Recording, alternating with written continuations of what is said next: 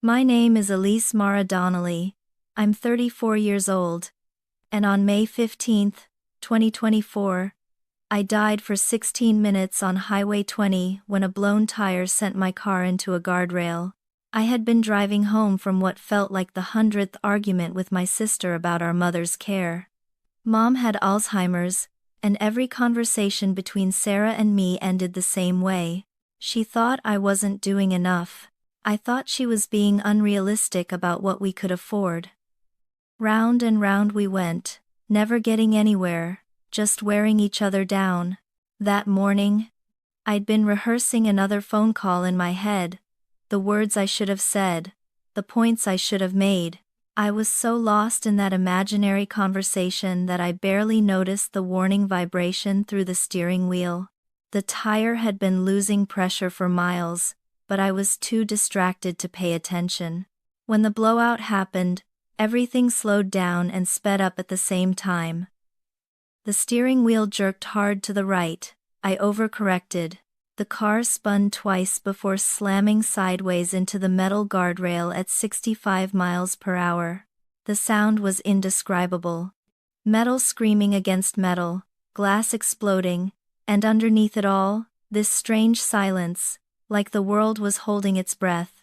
I remember the taste of copper filling my mouth, the sharp pain in my chest that made breathing impossible. My vision blurred, then darkened around the edges. The last thing I saw was my phone on the passenger floor, the screen cracked but still glowing with Sarah's contact information. I'd never gotten to make that call.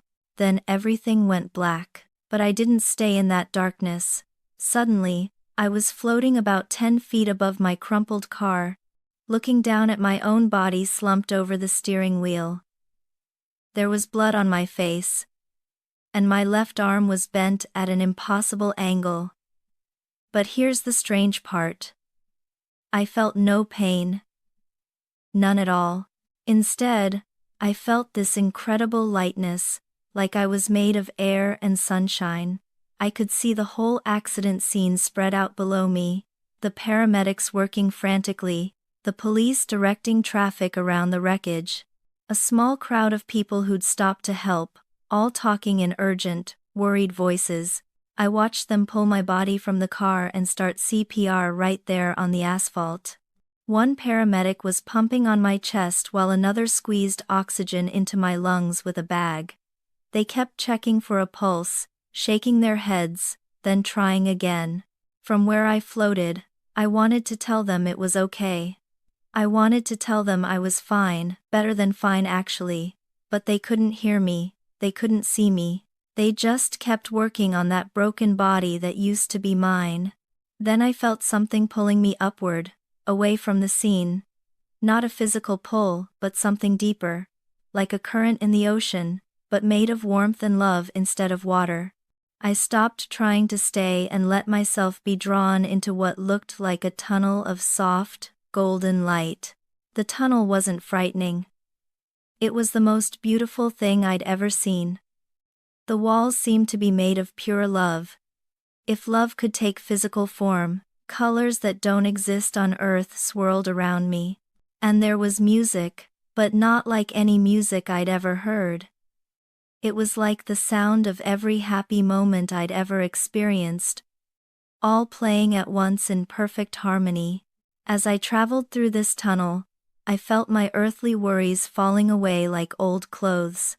The fight with Sarah, Mom's illness, the bills, the stress, the constant, grinding anxiety that had been my companion for years. All of it just dissolved, leaving me feeling cleaner and lighter than I ever had in life. At the end of the tunnel was a brightness so intense it should have hurt my eyes, but it didn't. Instead, it felt like coming home after the longest, most exhausting journey imaginable. And standing in that light was a figure I recognized immediately, even though I'd never seen him before. It was Jesus, not the pale, thin Jesus from the paintings in my childhood Sunday school classroom. This was a man with kind, knowing eyes that seemed to hold all the wisdom of eternity. His skin was bronzed like someone who spent time outdoors, and when he smiled, it was like every sunrise I'd ever seen rolled into one moment. He spoke my name, not out loud, but directly into my heart. Elise. I fell to my knees, which was weird because I didn't actually have knees in that place. But somehow I was kneeling anyway, overwhelmed by the presence of perfect love. Tears streamed down my face, tears of relief and joy, and something else I can't name. "I'm so sorry," I whispered. "I'm so sorry for wasting so much time, for being angry, for not trusting, for forgetting what really matters." He reached down and lifted my chin so I had to look into his eyes. When our gazes met, I felt like he was seeing every moment of my life all at once, every mistake I'd made, every time I'd been selfish or cruel or just plain stupid. But instead of judgment, all I felt from him was understanding, compassion, forgiveness I didn't deserve but was being given freely anyway. "You are loved," he said, and his voice was like honey and thunder and everything good in the world. "You have always been loved. Even when you couldn't feel it, even when you forgot." He gestured, and suddenly we were standing in what looked like a vast garden. But it wasn't like any earthly garden. The flowers sang. The trees swayed to music only they could hear. Rivers of liquid light flowed between paths, made of what looked like crushed diamonds but felt soft under my feet. "I need to show you something," he said. The garden faded, and we were looking down at the earth from an impossible height, but instead of seeing countries or continents, I was seeing something else entirely. I was seeing the spiritual reality behind the physical world. What I saw broke my heart. The earth was covered in a thick, gray fog. It wasn't pollution, though it looked like it. This fog was made of human disconnection, loneliness, despair, fear. It was so dense in some places that I could barely make out the people moving through it like ghosts.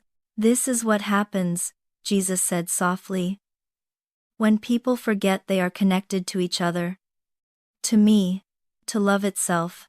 I watched people walking through their days completely isolated, even when they were surrounded by others. They stared at screens instead of each other's faces. They built walls instead of bridges. They chose anger over understanding, judgment over compassion, fear over faith. But the saddest part was seeing how much pain this was causing them. Each person was carrying such a heavy burden of isolation. They were starving for real connection, real love, real purpose, but they'd forgotten how to find it. "But watch," Jesus said, and his voice was filled with hope. Suddenly I could see pinpricks of golden light scattered throughout the gray fog. Each light was a person who was praying. Really praying. Not just reciting words, but opening their heart to divine love. And from each light, threads of gold reached out to touch other people. Where those golden threads touched, the fog began to clear. People looked up from their screens. Strangers smiled at each other. Parents put down their phones to really listen to their children. Neighbors reached out to neighbors. The isolated started connecting. "This is what happens when even one person chooses love over fear," Jesus explained. "When they choose to pray not just for themselves, but for others. When they choose to see each person as family instead of as a stranger or an enemy." I watched a golden thread stretch from someone in prayer all the way across the country to touch a person who was standing on a bridge, contemplating jumping. At that touch, the person stepped back from the edge and walked to safety. Another thread reached from a grandmother's prayers to her grandson who was struggling with addiction. In that moment, he decided to call her instead of using. The call led to treatment. Treatment led to recovery. Recovery led to him helping others. Thread after thread, connecting hearts across impossible distances through the power of intentional, loving prayer. Each connection pushed back the fog of isolation just a little more. But there's something else, Jesus said, and his tone became more serious. The scene shifted, and I saw the source of the gray fog. It wasn't just human disconnection creating it. There was something actively working to make it thicker, darker, more impenetrable. I saw forces of darkness moving through the world like sharks through water, feeding off human despair and isolation. They whispered lies into people's ears. You're alone. No one cares. Nothing you do matters. Give up. Be angry. Hate your neighbor. Fear the stranger. These forces were working overtime, using every tool available. Social media algorithms designed to make people angry and divided. News that focused only on fear and conflict. Entertainment that glorified violence and selfishness. Anything that would keep people isolated, afraid, and disconnected from love. This is why the fog grows thicker, Jesus said sadly. Not because people are evil, but because they're being deceived. They're being convinced that disconnection is normal. That fear is wisdom. That love is weakness. I felt anger rising in me. That's not fair, I said. People don't even know they're being manipulated. No, he agreed. They don't. That's why I need you to go back. My heart sank. I didn't want to go back. This place was perfect. I was perfect here. No pain, no confusion, no endless arguments with Sarah about things that didn't really matter. Please, I begged, can't I stay? I'm so tired of fighting. I'm so tired of being afraid all the time. Jesus took my hands in his. His touch was warm and strong and infinitely gentle. I know you're tired, he said. But your mother needs you.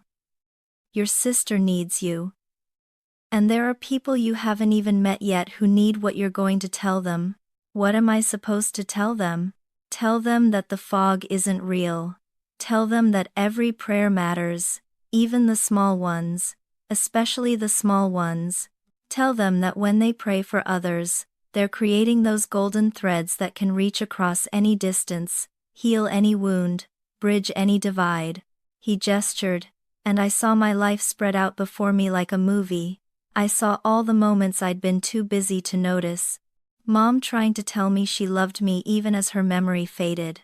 Sarah's frustration coming not from anger but from fear of losing me the same way we were losing Mom. Opportunities to connect that I'd missed because I was too focused on my own problems. Tell them that love is not a feeling, Jesus continued. Love is a choice.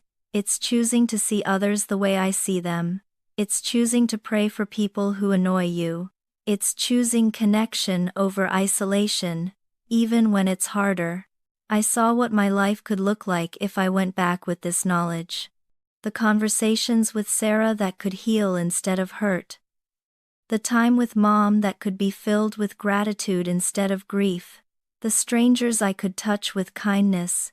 The prayers I could pray that would send out those golden threads to people I'd never meet. But what about the forces working against us? I asked. How do we fight something that powerful? Jesus smiled, and in that smile was every victory that had ever been won over darkness. You don't fight them with anger or fear or political arguments, he said. You fight them with love. You fight them with prayer.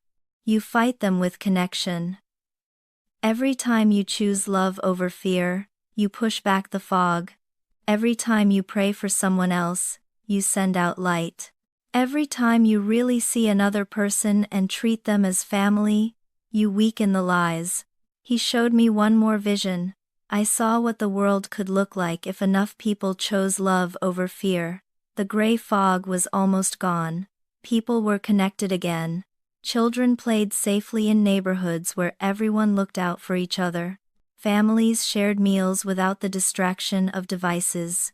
Strangers helped strangers without expecting anything in return. It wasn't a perfect world without problems, but it was a world where people faced those problems together instead of alone. A world where prayer wasn't just asking for things but actively sending love and healing to others.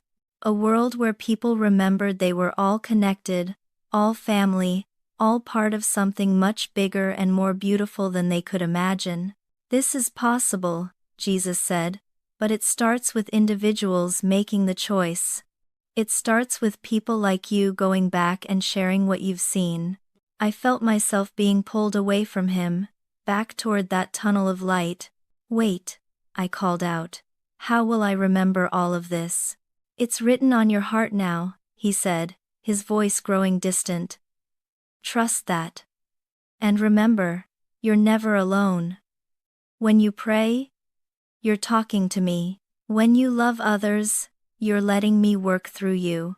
When you choose connection over isolation, you're helping to heal the world. The tunnel rushed past me in reverse. The beautiful colors and music faded. The warmth and lightness disappeared. Suddenly, I was falling back toward that broken body on the highway. The impact of returning was brutal. One moment I was pure spirit, the next I was flesh and bone and pain again, so much pain. My chest felt like it was being crushed, my arm was on fire. My head pounded like someone was hitting it with a hammer. I heard voices shouting over me. We got her back. We got a pulse. I tried to open my eyes, but the light was too harsh after the gentle glow of heaven. Everything was noise and chaos and urgency. Sirens wailing, radios crackling, people yelling instructions. Ma'am, can you hear me? You've been in an accident. We're taking you to the hospital. I wanted to tell them I was okay, that I'd been somewhere wonderful, but all that came out was a groan. The paramedic leaned closer. Don't try to talk, just rest. You're going to be fine. It's a miracle you survived that crash. A miracle. If only he knew. The next few days were a blur of hospitals and tests and worried faces. The doctors couldn't understand how I'd survived with so few injuries. Broken arm, some bruised ribs, a concussion.